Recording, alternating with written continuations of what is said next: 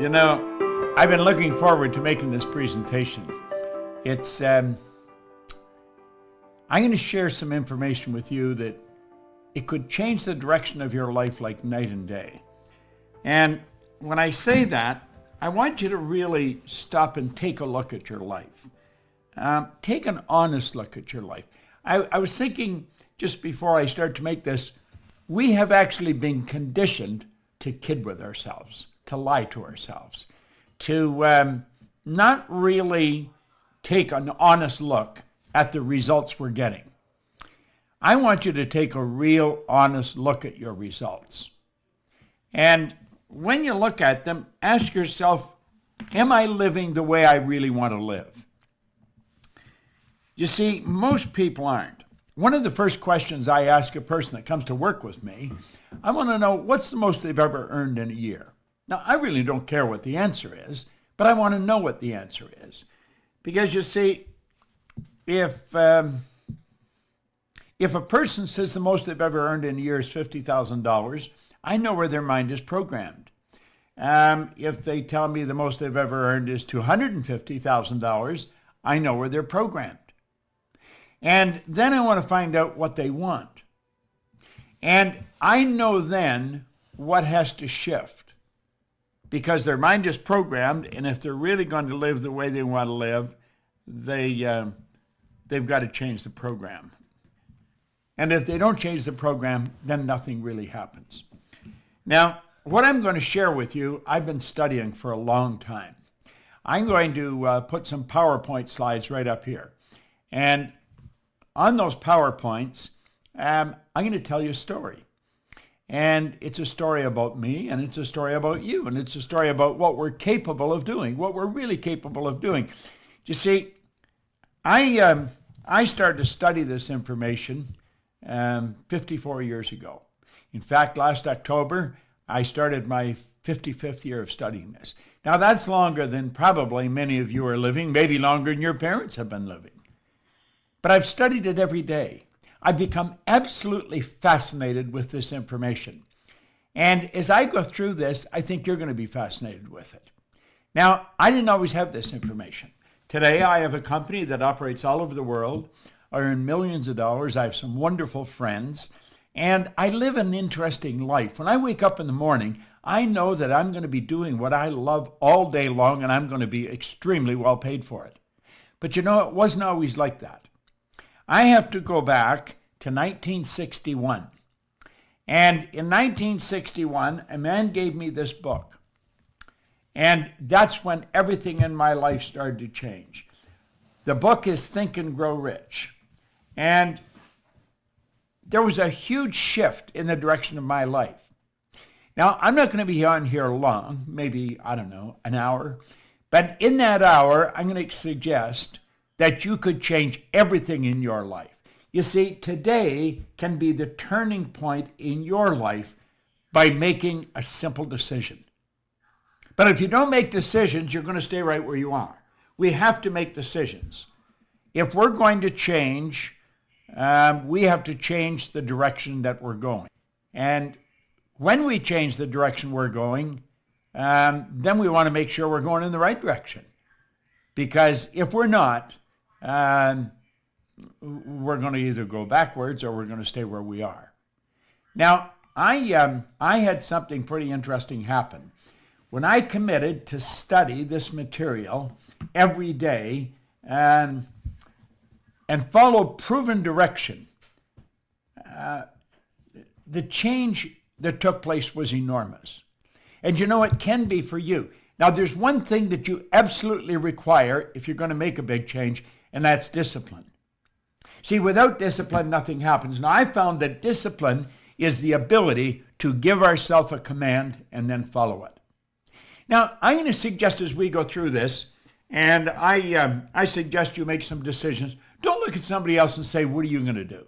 You see, what they're going to do has absolutely nothing to do with where you're going. It's what are you going to do? That's what really makes the difference. Now, I've worked with tens of thousands of people all over the world. And I've watched some absolutely phenomenal changes take place. I've watched kids go from a C&D average to an honors mark almost overnight. I would have difficulty counting all the people that have gone from ordinary incomes to multi-million dollars. You see, earning money is not difficult. It's just that hardly anyone knows how to do it. And for good reason. We can go right to our school system and no one ever teaches us how to earn money. And for good reason, they don't know how to earn money. Now, is earning money all this is about? Absolutely not. This is about living the way you want to live. Now, I've been traveling all over the world. I started to study this, and great change took place, and then I wanted to know why I changed. And so I started to study it from a different perspective. I want to know what happened to me, which I'll talk again about in a moment. And so I began to study, and then when I figured it out, got the dots to connect, all I wanted to do was share it with other people. And everywhere I've gone around the world, I have found that people are essentially the same. Now, I've worked in China, I've worked in South America, I've worked in Australia, New Zealand, all over Asia, across all over North America, and certainly all over Europe. And people are essentially the same. Doesn't matter where you go. I don't care if you're in Shanghai, in Kosovo, or New York City. I have found that there's three things. Frequently after a seminar, I'll sit around and I'll chat with some of the people, maybe that were late leaving the room, and I'll call them aside and I'll say, what do you really want? And I've found that not everybody wants to be really wealthy. But what they do want, they want to eliminate any financial concerns. In other words, if they want to get a new car, they want to be able to get it. If they want to take a trip, they want to be able to take the trip. Or if they see a sweater or a dress or a suit they want to be able to buy it. They don't want to be wondering, am I going to have enough to pay the mortgage? They want to eliminate financial concerns. The second thing they want is they want to wake up in the morning and be excited about how they're going to spend their day. See, a lot of people are tied up in traffic, going to a job they don't like, working for somebody that is possibly even incompetent. You've got to spend your days doing what you absolutely love to do. And the third thing, they want to mix with people who were really upbeat, who are enthusiastic, people that are becoming very creatively productive. Now, that is a pretty good way to live. You don't have any financial concerns. You spend your days doing what you love with people who are upbeat and creatively productive. That's a good way to live. That's the way I live today, but it wasn't always like that. No, it sure wasn't. I had a man sit down with me, and he did essentially what I'm going to do with you right now. He said, Bob, I want you to take a look at the results you're getting in your life. Really take a look at the results. And then he got me to think. He said, how do results happen, Bob? How do they actually happen? And I didn't know. He says, do results just happen? Well, of course, results don't just happen. And this is where the man approached me back in 1961. He said, I want to magnify the results that you're getting in your life. Really take a close look at it. Because he said people are just falling short in a couple of areas. And he pointed out that we're only limited by weakness of attention and poverty of imagination. In other words, we got to stay focused and we've got to use our imagination to build the kind of world we really want. Now, I think that's what you want to do. That's what I want to do. I don't think you were looking for something to do when you sat down to watch this. You see, I believe that you do want to improve the quality of your life. And a man named Ray Stanford sat down with me a long time ago in 1961. And he put an R on a sheet of paper. And then he put an H. He said, Bob, that's happiness. He said, that represents health, and that represents wealth. Now, he said, I want you to look at those three areas of your life. Are you getting what you want to get? Are you doing what you want to do? He said, I'm going to tell you something about results. Results always tell the truth. By their fruits you'll know them. Results always tell the truth. You can kid yourself all over the place if you want, but look at the results. I have people, they'll tell me how much they know about this or about that. Take a look at the results. The results tell the truth. If you're playing golf, the scorecard tells the truth. You see? Now think. Your bank account tells the truth. Your sales tell the truth. Your position in life, the health of your body. And he looked at all these areas and he said, do you think I'm a healthy guy? And I said, yeah, you seem pretty healthy to me. He said, have you ever seen me sick? I said, no. He said, have you ever seen me broke? No. You think I'm a happy guy? And I said, yeah. He was a healthy guy, happy, always had a roll of money on him. Well, he said, you know something? You're one of the most miserable people I've ever met. And I was. And he said, you're always sick. And he said, you're always broke. Now, he was being kind. I was earning $4,000 a year at the time. But look at this. I owed $6,000. That is not a good position to be in. You see, if I had taken every cent I earned for 18 months and paid debts, I would have just broken even. It was an impossible situation. He said, Bob, why don't you change your results? Do you know something? I honestly don't believe that ever entered my mind. I really don't. You say, well, it must have. No, I don't think it did. I think I got up in the morning and I just went to work. I did whatever I was doing and hoping things would get better, but never sitting down and talking to someone that really knew how to make it happen. If you want to fly a plane, you don't go to a barber and ask them, how do you get the plane off the ground? If you want to learn how to dance, you don't go to a mechanic. You go to a damn good dancer. It doesn't matter what you want to do. If you're going to do something, go to someone who has demonstrated results. Now, this guy had demonstrated he was happy, he was healthy, and he was wealthy. And he said, do you ever read anything? And I said, no, I can't read. Now, that wasn't true. I could, not well, but I could. And that's when he introduced me to this book, Think and Grow Rich. And he said, Bob, if you do exactly what I tell you, and you study this book and do exactly what the author tells you, he said, everything in your life will change. Now, he said, the man that wrote this book, Napoleon Hill, spent his whole life putting this together. It contains the best thinking of over 500 of the world's most successful people. Listen, I've been reading this one now since 1961. Now, think about that. That's a long time. He said he spent his whole life writing this. He said, I think it would be a very prudent move on your part if you spent your life trying to understand and apply it. Now, I don't know why, but I decided I would. Now, let me explain where I was starting from. I told you I was earning $4,000 and I owed $6,000. See? I had 2 months high school. 2 months high school. That was my formal education. I had never had a half-decent job. I just bounced from one job to another, in the bar, working in a bar, in the Navy, out of the Navy, working in factories.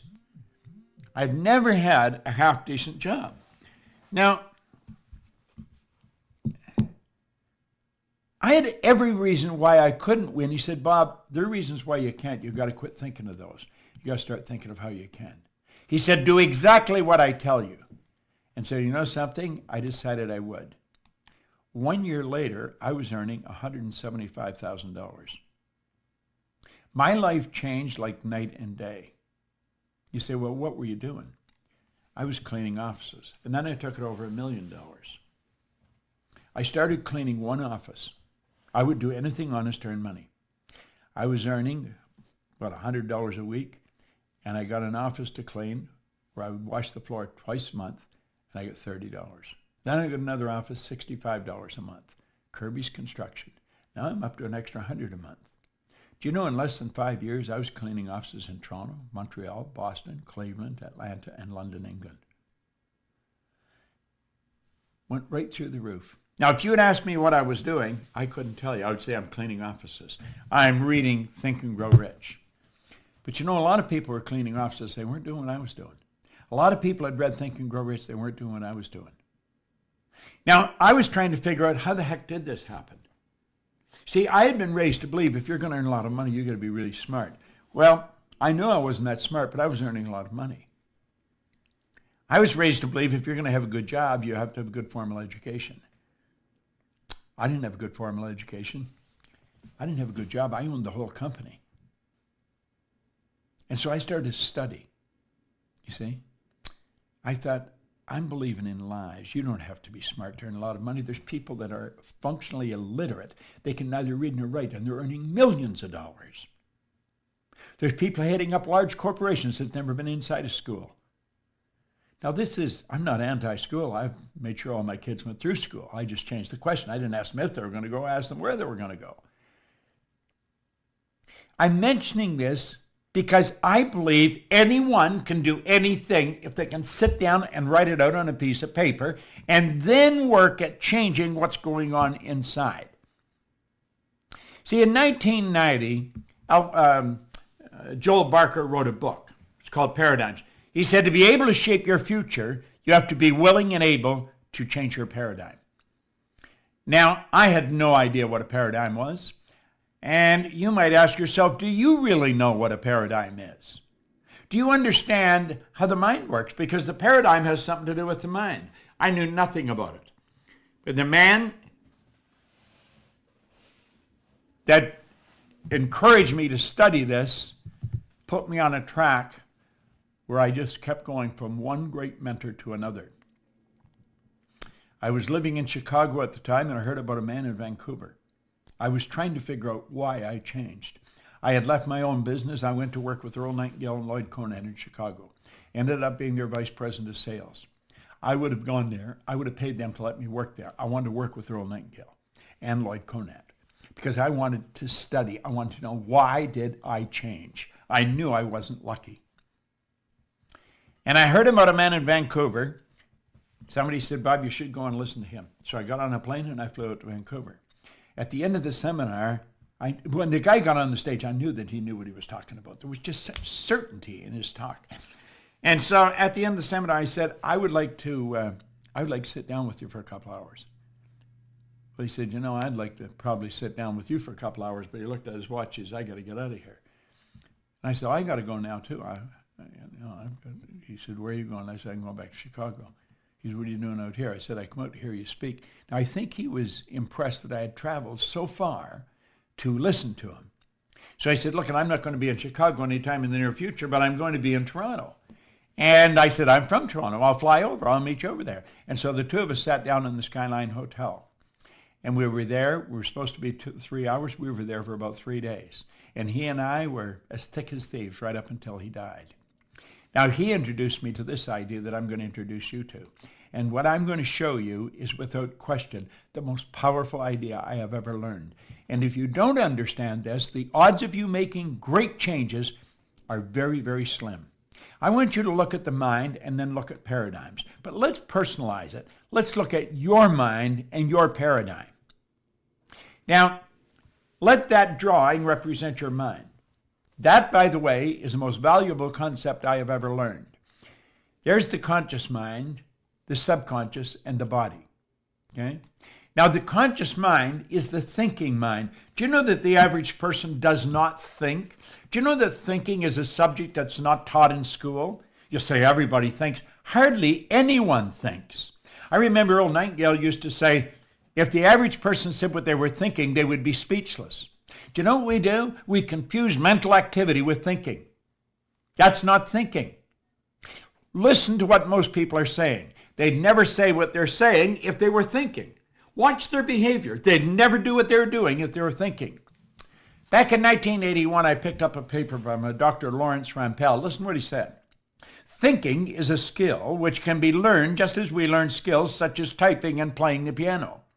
Few public schools offer courses devoted expressly to teaching thinking. Rather, we are expected to learn and teach thinking as a byproduct of learning mathematics, reading, history, science, a trade, and so forth. And we do learn a lot about thinking in that way. The trouble is we learn our thinking skills in bits and pieces, and we never put it together as an overall picture. If asked to describe what all is required in order to think effectively, most of us would be at a loss to give a complete account. Thus, we are unable to assess our own thinking skills or systematically teach the skill of thinking to others. Well, it's with your conscious mind you think. This is also what we call the educated mind. And I'm going to come back to that because I'm going to show you just how far off track we get with that. Now, this is where our intellect is resident. And it's the intellectual factors that give you the ability to be the creative ability. You say you're created in God's image? Well, that's where the creative faculty comes in.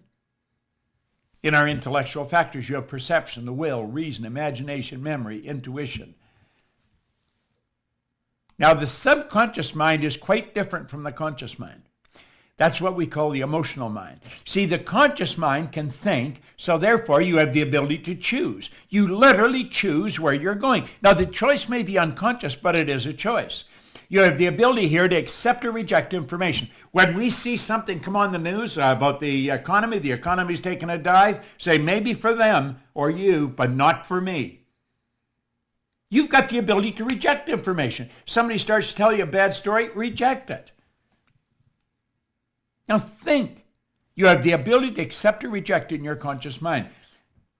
You have the ability to originate ideas in your conscious mind. You can originate any idea you want. Now, your subconscious mind has no ability to reject. It must accept. And here's something else. Whatever's placed in the subconscious mind is going to dictate your world. It really will.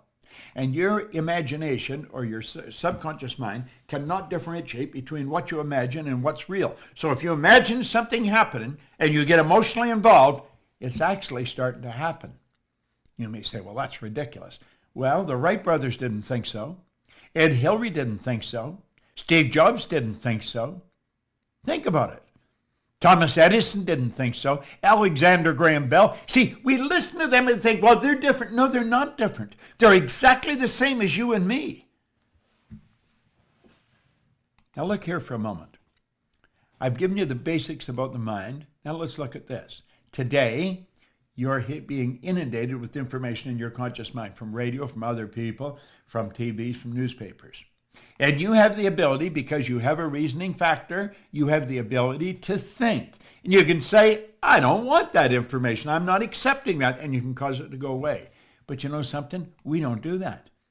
Not only don't we not do that, we don't even think about it. We don't even think. Why? We leave our mind wide open. And it goes right in. What do we say about the subconscious? It has no ability to reject. It must accept. Why do we do that? Because we're programmed to do it. That's why we do it. That's our paradigm. How did that happen? How did it happen that we go around leaving our subconscious mind wide open? Because it's what's going on in the subconscious that dictates what you do. Well, let's look at it for a minute. Let's close the window here and open it over here. Now, I'm hoping you're paying attention to this because this could be worth millions to you. It can cause you to live in a healthier body. It can cause you to build your business. See, this is you as an infant. Not today. This is you as an infant. And what's going on? Whatever's happening around you goes right into your subconscious mind. And it just keeps going in over and over and over. See, you're programmed genetically. That's why you look like your relatives. There's a little particle of energy from mom and a little particle of energy from dad came together. And that was the nucleus of you.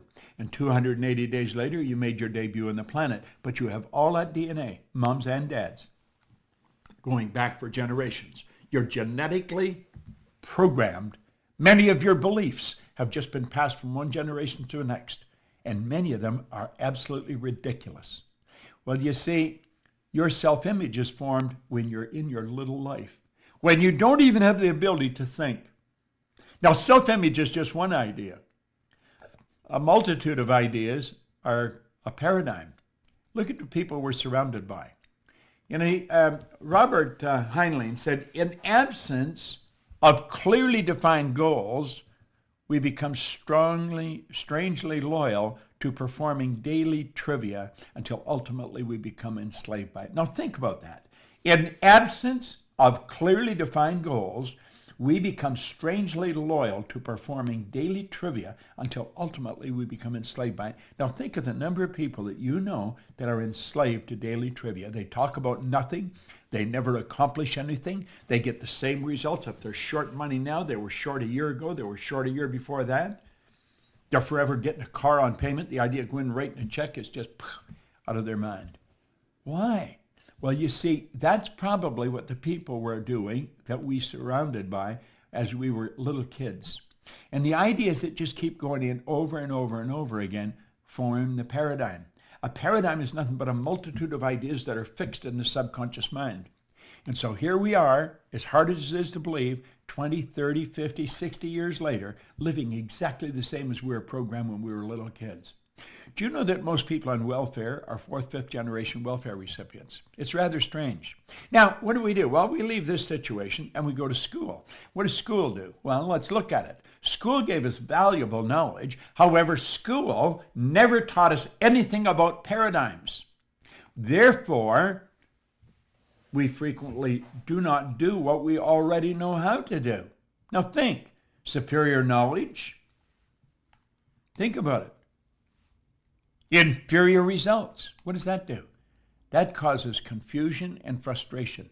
Now think about this for a moment. We've gathered great knowledge, but we know nothing about the paradigm. So watch here. Here's the drawing. There's the model. There's all the knowledge we got in school. We've got it packed in there. But you know something? It doesn't equate to the results we're getting.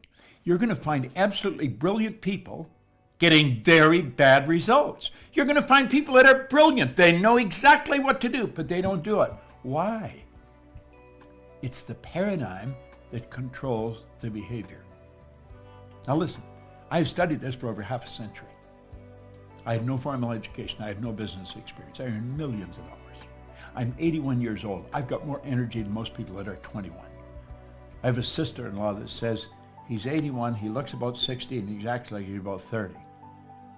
Well, she got that down pretty good because that's just about the way it is. Why? It's because I understand how to use the mind. Now look it. If you want to change your results, if you really want to change the results, there's something that you've got to do. You've got to know how to change the paradigm. And if you don't change the paradigm, I don't care what, nothing's going to happen. You'll find people going back to school because they think if I got some more knowledge. No, you're not short on knowledge.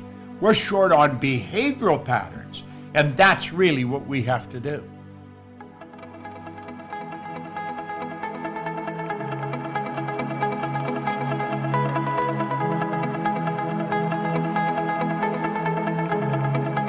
Check us out at ProctorGallagherInstitute.com for tips, tools, and resources.